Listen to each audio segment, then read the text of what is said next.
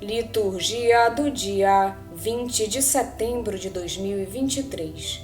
Memória dos santos André Kim Taegon, presbítero, e Paulo Chong Razang e seus companheiros mártires.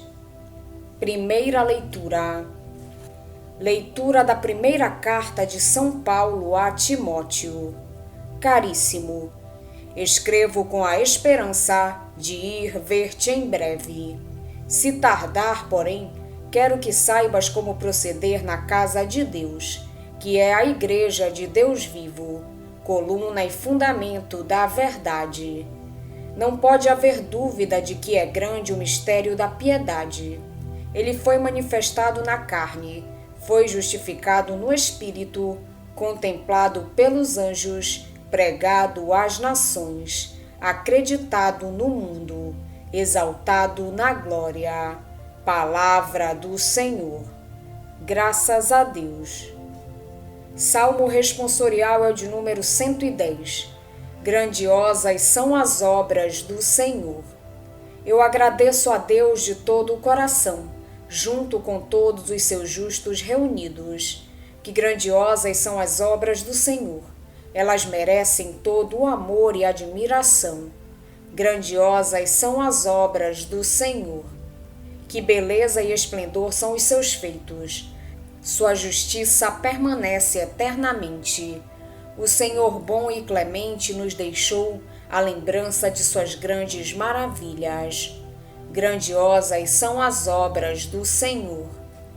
Ele dá o alimento aos que o temem e jamais esquecerá sua aliança. Ao seu povo manifesta seu poder, dando a ele a herança das nações. Grandiosas são as obras do Senhor. Evangelho de Jesus Cristo, segundo São Lucas. Naquele tempo, disse Jesus: Com quem hei de comparar os homens desta geração? Com quem eles se parecem? São como crianças que se sentam nas praças e se dirigem aos colegas dizendo: Tocamos flauta para vós e não dançastes, fizemos lamentações e não chorastes. Pois veio João Batista, que não comia pão nem bebia vinho, e vós dissestes: Ele está com um demônio. Veio o Filho do Homem, que come e bebe, e vós dizeis: Ele é um comilão e beberrão, amigo dos publicanos e dos pecadores. Mas a sabedoria foi justificada por todos os seus filhos. Palavra da salvação. Glória a vós, Senhor. Os 3 versículos que hoje escutamos, na primeira leitura, são o núcleo de uma teologia profunda, onde a eclesiologia e a cristologia andam juntas, como sempre acontece no Novo Testamento. Embora pense dirigir-se a Éfeso, Paulo escreve a Timóteo, dando-lhe indicações para o bom governo da igreja a que preside. Paulo chama a igreja a casa de Deus, seja no sentido de edifício espiritual, seja no sentido de família. Os cristãos são familiares de Deus. Sendo casa do Deus vivo, a igreja é coluna e sustentáculo da verdade. Ecoam aqui as palavras de Jesus a Pedro: Tu és Pedro, e sobre esta pedra edificarei a minha igreja. O edifício da igreja guarda não uma qualquer filosofia, mas o mistério de fé, revelado por Deus aos seus santos. Este mistério concentra-se e realiza-se em Jesus Cristo, morto e ressuscitado. E é através da igreja que se chega a Cristo. Com respeito ao Evangelho, depois de estabelecer uma relação entre Jesus e o profeta Elias, Lucas compara-o a João Batista. As diferenças entre os dois são evidentes e significativas. O objetivo de Lucas é sublinhar a simpatia com que o povo simples acolhe Jesus, em contraste com a atitude dos fariseus e doutores da lei. Seria bom ler os versículos 29 e seguintes que precedem essa página evangélica. Jesus usa uma comparação que deixa transparecer o seu duro juízo acerca dos seus contemporâneos. A pergunta inicial é certamente retórica. Não se refere a todos os contemporâneos de Jesus, mas apenas àqueles que, não tendo prestado atenção ao precursor, também agora não o querem ouvir. Essas pessoas são como as crianças que se recusam a participar tanto na alegria dos casamentos como na tristeza dos funerais. Parece tratar-se da obstinação com que alguns judeus recusaram a palavra de Deus, personificada em Jesus. Revelam um coração impermeável a todo e qualquer convite à penitência e à conversão. Sob o ponto de vista histórico, demos atenção a duas expressões. Uma dirigida a João, está possuído pelo demônio, e outra dirigida a Jesus. Aí está um comilão e um beberrão, amigo de cobradores de impostos e pecadores. Duas desculpas fáceis que revelam uma mentalidade fechada e unicamente capaz de condenar sem piedade. A expressão final, relativa à sabedoria, que foi justificada por todos os seus filhos, Mateus escreve pelas suas obras, leva-nos a pensar noutra categoria de pessoas diametralmente oposta, aqueles que buscam a verdade e que se deixam interpelar por toda a verdadeira pregação, abrindo-se ao Espírito de Deus, que atua nas palavras e nas obras de Jesus. A Igreja do Deus vivo é de verdade, coluna e sustentáculo da verdade, como lemos na primeira leitura. Mas acontece com ela o que já aconteceu com Jesus. Perante ele, muitos adultos tinham atitudes semelhantes às das crianças, insatisfeitas, que se negam a manifestar alegria, como seria próprio numa festa de casamento, mas também se recusam a manifestar tristeza e a chorar, como seria próprio de um funeral. Jesus serviu-se de cenas semelhantes, certamente observadas no meio onde vivia, para desmascarar a atitude espiritual de muita gente bem pensante, os fariseus e doutores da lei, pouco antes mencionados. São pessoas sempre descontentes. Se apresenta um enviado de Deus que convida à conversão, põem-se a rir, a examinar o mensageiro, procurando motivos para o criticar, e assim dispensar-se de consciência tranquila de acolher a sua mensagem. Foi o que aconteceu com João Batista, e logo a seguir com Jesus. Veio João, homem extremamente austero, e os fariseus souberam encontrar motivos para o criticar e para decretar que o seu modo de viver não era aceitável, razoável, que não podia ser inspirado por Deus, que era inspirado pelo demônio. Veio Jesus, com um comportamento menos fora do comum, pois percorria as cidades e as aldeias, ensinando nas sinagogas, proclamando o evangelho do reino e curando todas as enfermidades e doenças. Vivia no meio das pessoas, comia e bebia com elas. Sabia que devia tornar-se em tudo semelhante aos irmãos. Mas nem Jesus foi acolhido de modo positivo. Os fariseus e doutores da lei encontraram motivos para decretar que era uma pessoa demasiado comum e acessível para ser um enviado de Deus. Aí está um comilão e beberrão, amigo de cobradores de impostos e de pecadores.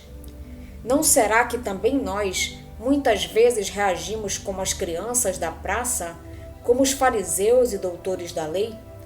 Não nos armamos também nós, em sabedores e críticos, perante certas propostas de mudança de vida que nos vêm de Deus, através dos pastores a quem confia o ministério de nos guiar no caminho da fé? Jesus fala de crianças sentadas nas praças. Provavelmente recusavam toda e qualquer proposta de jogo ou de festa, porque não queriam levantar-se, mexer-se. Estavam acomodadas. Assim também, As críticas dos doutores da lei obedeciam a uma tática para proteger o seu imobilismo espiritual. Não queriam mexer-se, não queriam renunciar à sua posição estável e empreender um novo caminho em docilidade do espírito. Não se usam na igreja táticas semelhantes para não obedecer, para não atuar, para resistir ao Senhor, que nos fala através dos pastores que põem à frente das comunidades? Quem exerce um ministério na igreja, também nas comunidades religiosas, está exposto a críticas, por vezes severas e malévolas. Corre o risco de ser deixado só, marginalizado. É uma cruz frequente e pesada. Nessas condições, o ministro não deve fazer-se de vítima. Pelo contrário, deve procurar a força para carregar a cruz na oração ao Espírito Santo, na convicção de ser verdadeiro oblato, que está fazendo o trabalho de Deus, procurando e conduzindo como único necessário uma vida de união à oblação de Cristo. Como dizia São Paulo, alegro-me nos meus sofrimentos por vós e completo na minha carne o que falta aos sofrimentos, melhor dizendo, tribulações de Cristo, pelo seu corpo, que é a Igreja. Todos nós, como cristãos, somos convidados a seguir o exemplo de Jesus, carregando nossas cruzes. Hoje a Igreja faz memória a Santo André Kim Taegon, presbítero, e Paulo Chong Hazang e seus companheiros mártires. No início do século XVII, a fé cristã entrou pela primeira vez em terras da Coreia, por iniciativa de alguns leigos, de cujo esforço, sem pastores, surgiu uma comunidade forte e fervorosa. Só em 1836, os primeiros missionários vindos da França entraram furtivamente no país. Nesta comunidade, floresceram com as perseguições de 1839, 1846 e 1866, 103 mártires, entre os quais sobressaem o primeiro sacerdote e ardoroso pastor de almas, André Kim Taegon, e o insigne apóstolo leigo Paulo Chong Hazang, a que se juntaram muitos leigos, homens e mulheres, casados e solteiros, velhos, jovens e crianças. Todos eles consagraram com seu testemunho e sangue as primícias da Igreja coreana. Meus caríssimos irmãos e amigos, considerai como Deus, no princípio dos tempos, dispôs os céus, a terra e todas as coisas. Meditai também com que especial intenção criou o ser humano à sua imagem e semelhança. Se, pois, nesta vida de perigos e miséria, não reconhecermos o Criador, de nada nos servirá termos nascido e continuar vivendo. Já neste mundo, pela graça divina, pela mesma graça, recebemos o batismo, entrando no seio da Igreja e tornando-nos discípulos do Senhor, mas trazendo assim o preciso nome de cristãos. De que nos servirá tão grande nome, se na realidade não o formos? Seria inútil termos nascido e ingressado na Igreja se traíssemos o Senhor e a sua graça. Melhor seria não termos nascido, do que recebendo a sua graça, pecarmos contra ele. Considerai o agricultor ao lançar a semente no campo. Primeiro prepara a terra com o suor do seu rosto e depois joga a preciosa semente. Chegando o tempo da colheita, alegra-se de coração com as espigas cheias, esquecendo seu trabalho e suor e dançando de alegria. Se, porém, as espigas permanecem vazias, não sendo mais que palha e casca, o agricultor deplora o duro labor com que suou, sentindo-se tanto mais desesperado quanto mais trabalhou. De modo semelhante, cultiva o Senhor a terra como seu campo, sendo nós os grãos de arroz. Rega-nos com o seu sangue na sua encarnação e redenção, para que possamos crescer e amadurecer, quando no dia do juízo vier o tempo da colheita. Quem pela graça for achado maduro, gozará o reino dos céus como filho adotivo de Deus. Quanto aos outros que não amadureceram, tornar-se-ão inimigos, punidos para sempre, embora também tenham se tornado filhos adotivos de Deus pelo batismo. Da última exortação de Santo André Kim Taegon, presbítero e mártir. Vamos pedir a Deus que nos auxilie no dia de hoje para que possamos permanecer na sua santa vontade. Pedimos também a intercessão da Virgem Maria, de Santo André Kim Taegon, Paulo Chong Razang e companheiros mártires e todos os anjos e santos de Deus. Pai nosso que estais nos céus, santificado seja o vosso nome. Venha a nós o vosso reino, seja feita a vossa vontade, assim na terra como no céu. O pão nosso de cada dia nos dai hoje. Perdoai-nos as nossas ofensas, assim como nós perdoamos a quem nos tem ofendido. E não nos deixeis cair em tentação, mas livrai-nos do mal. Amém. Oração. Ó Deus, Criador e Salvador de todas as raças, por vossa bondade, chamastes à fé a muitos irmãos na região da Coreia e os fizestes crescer pelo testemunho glorioso dos mártires André, Paulo e seus companheiros. Concedei que, pelo exemplo e intercessão deles, possamos perseverar até a morte na observância de vossos mandamentos. Por nosso Senhor Jesus Cristo, vosso Filho, na unidade do Espírito Santo. Amém. Estivemos reunidos em nome do Pai, do Filho e do Espírito Santo. Amém. Tenham todos um abençoado dia. Fiquem na santa paz de Jesus. Se inscrevam no canal, deixem seu like e compartilhem essa mensagem com seus amigos. Um grande abraço e até o próximo vídeo.